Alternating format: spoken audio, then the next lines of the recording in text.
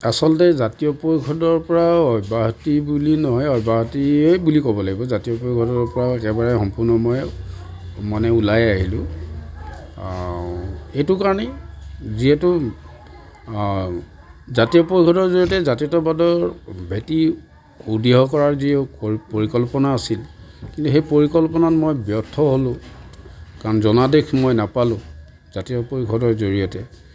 কাৰণ ই এটা প্ৰমাণ যোৱা পঞ্চায়ত নিৰ্বাচন, গতিকে পঞ্চায়ত নিৰ্বাচনত কোনো কাৰণতে আমাক জনসাধাৰণে গ্ৰহণ নকৰাৰ কাৰণে মই সিদ্ধান্ত কৰিলোঁ যে নহয়, জাতীয় পৰিষদৰ জৰিয়তে নহয়। আৰু বোকাখাতৰ ৰাইজৰো এইটো এটা দাবী যে আপুনি জাতীয় পৰিষদৰ জৰিয়তে নহয়, আপুনি আগতে যেনেধৰণে নিৰ্দলীয়ভাৱে নিৰ্মাণ গোটৰ জৰিয়তে আপুনি প্ৰতিদ্বন্দ্বিতা কৰি ৰাইজৰ যি জনাদেশ পাইছিলে দুটা টাৰ্মত, আৰু ৰাইজৰ হৈ যি কাম কৰিছিলে, বহু কৰণীয় কৰিলে যদিও বহু কৰণীয় থাকি গ'ল।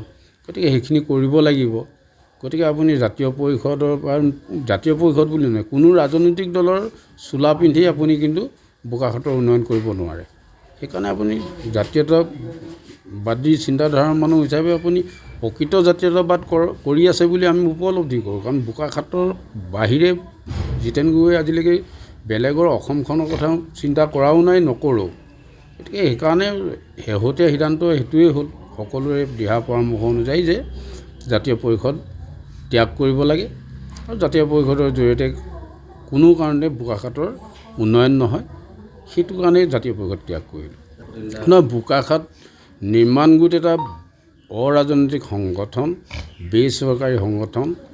এই সংগঠনটোৰ জৰিয়তে মই দুবাৰকৈ প্ৰতিদ্বন্দ্বিতা কৰিছোঁ, আৰু বোকাখাতৰ জনসাধাৰণে জনাদেশ দি মোক নিৰ্বাচিত কৰিছে, আৰু মই বোকাখাতৰ ৰাইজৰ কাৰণে মই যিখিনি পাৰোঁ কাম কৰিছিলোঁ।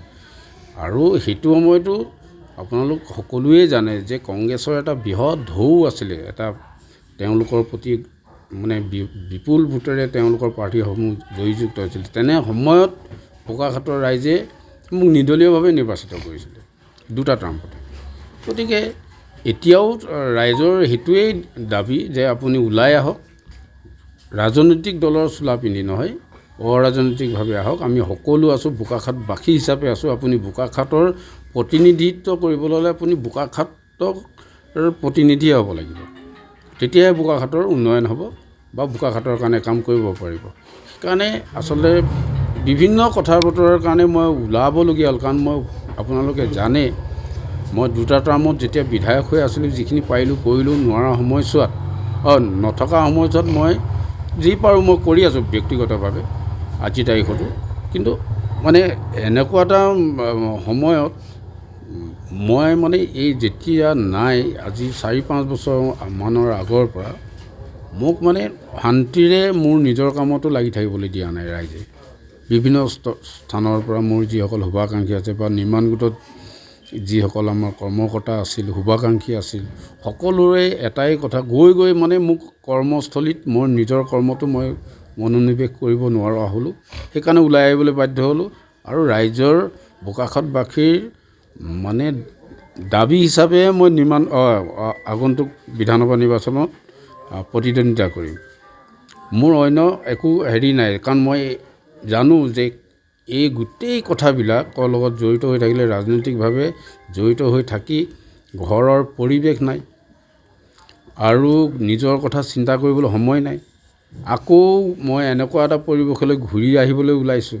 গতিকে ঘৰৰ মানুহেও কেতিয়াবা মোক কয়, আপুনি এই যিমান দিন পাৰিলে কৰিলে, ঘৰৰ কাৰণেতো একো নকৰিলে, ঘৰৰ আগতে যিখিনি কৰি থৈছিলে সেইখিনিও চব বৰবাদ হৈ গৈ আছে। গতিকে আপুনি এইবিলাকলৈ কেলৈ আহে? ঘৰৰ পৰাও মই